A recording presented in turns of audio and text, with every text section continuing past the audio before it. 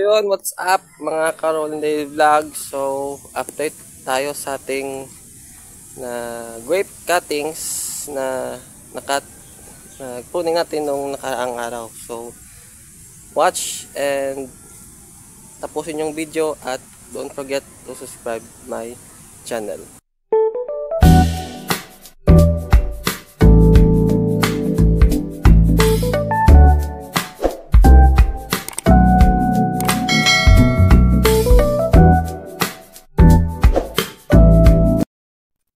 So yun guys, so ito yung update natin sa ating grapes na pruning nung nakarang araw. Ayan, healthy and wala masyadong mga dumadapong insekto. So yun guys, so ang ganda.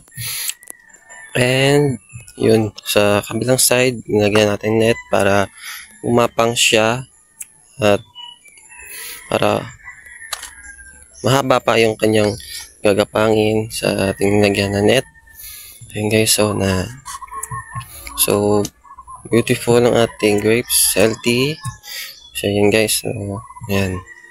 So dyan sisibol yung bunga ng grapes na pruning natin noong nakarang araw. So yun lang. So thanks for watching. Don't forget to subscribe to my YouTube channel.